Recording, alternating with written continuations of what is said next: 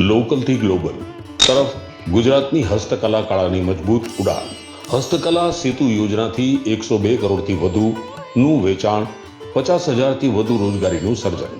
વડાપ્રધાન શ્રી નરેન્દ્ર મોદીના vocal for local, આત્મનિર્ભર ભારત અને વિકાસ ભી વિરાસત ભીના વિઝનને મુખ્યમંત્રી શ્રી ભૂપેન્દ્રભાઈ પટેલના નેતૃત્વમાં ગુજરાત સરકારે સફળતાપૂર્વક આગળ ધપાવ્યું છે.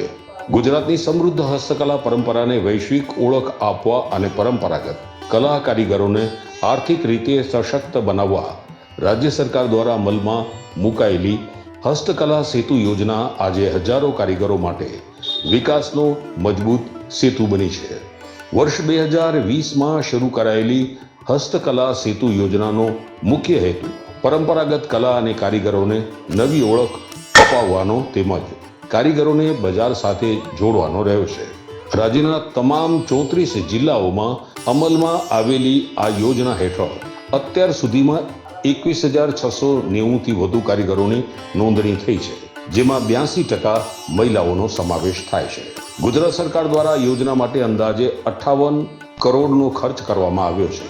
યોજનાના અમલીકરણમાં કુટીર અને ગ્રામોદ્યોગ કમિશનરની કચેરી સાથે ભારતીય ઉદ્યમિતા વિકાસ સંસ્થાન EDH નોલેજ પાર્ટનર તરીકે મહત્વપૂર્ણ ભૂમિકા ભજવી રહ્યું છે. હસ્તકલા સેતુ યોજના હેઠળ કારીગરોને માત્ર આર્થિક સહાય જ નહીં, પરંતુ ઔદ્યોગિક સાહસિકતા અને કૌશલ્ય વિકાસની વિશેષ તાલીમ પણ આપવામાં આવી રહી છે. અત્યાર સુધીમાં 15,586 કારીગરોને ઉદ્યોગ સાહસિકતા વિકાસ તાલીમ અને 9,292 કારીગરોને વિશિષ્ટ કૌશલ્ય તાલીમ આપવામાં આવી છે. ઉપરાંત 70થી વધુ માસ્ટર ટ્રેનર્સ અને 150થી વધુ મેન્ટર્સનું નેટવર્ક તૈયાર કરવામાં આવ્યું છે, જે સતત માર્ગદર્શન આપી રહ્યું છે. બજાર જોડાણના ક્ષેત્રમાં આ યોજનાએ નોંધપાત્ર સફળતા મેળવી છે. લગભગ 93,000 કારીગરોને B2B ઓર્ડર દ્વારા સીધા બજાર સાથે જોડવામાં આવ્યા છે. આ ઉપરાંત 7 B2B મીટ અને 4 ફેશન શો દ્વારા કારીગરો અને ડિઝાઇનરો વચ્ચે સંવાદ અને વ્યાવસાયિક તકો ઊભી કરવામાં આવી છે. ડિજિટલ યુગને ધ્યાનમાં રાખી 2,000થી વધુ કારીગરોને ડિજિટલ માર્કેટિંગની તાલીમ આપવામાં આવી છે, જેના પરિણામે તેઓ વિવિધ ઈ-કોમર્સ પ્લેટફોર્મ પર પોતાના ઉત્પાદનોનું વેચાણ કરી રહ્યા છે. યોજનાનો આર્થિક પ્રભાવ પણ ખૂબ જ પ્રભાવશાળી રહ્યો છે. અત્યાર સુધીમાં યોજનાના માધ્યમથી 102.8 કરોડનું કુલ વેચાણ નોંધાયું છે અને 50,000થી વધુ નવા રોજગારના અવસરોનું સર્જન થયું છે. ઉપરાંત 5,000થી વધુ હાલના કારીગરોને વધારાની સહાય અને માર્ગદર્શન અપાયું છે. કારીગરોની આવકમાં પણ નોંધપાત્ર વધારો જોવા મળ્યો છે. અગાઉ માત્ર 9% કારીગરો જ દર મહિને 15,000થી વધુ આવક મેળવી શકતા હતા, જ્યારે હવે આ પ્રમાણ વધીને 50% સુધી પહોંચી ગયું છે.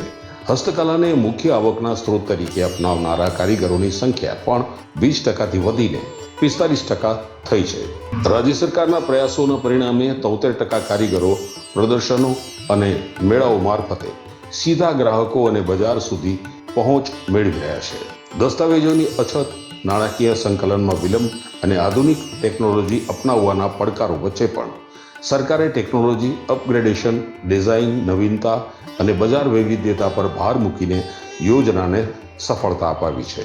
હસ્તકલા સેતુ યોજના આજે માત્ર સરકારી યોજના નહીં, પરંતુ ગુજરાતના કારીગરો માટે આત્મનિર્ભરતા, રોજગારી અને વૈશ્વિક માળખાનો મજબૂત આધારસ્તંભ બની છે. લોકલ ટુ ગ્લોબલના મંત્રને સાકાર કરતી આ પહેલ ગુજરાતની કલા સંસ્કૃતિને વિશ્વ મંચ સુધી પહોંચાડવામાં મહત્વપૂર્ણ યોગદાન આપી રહી છે.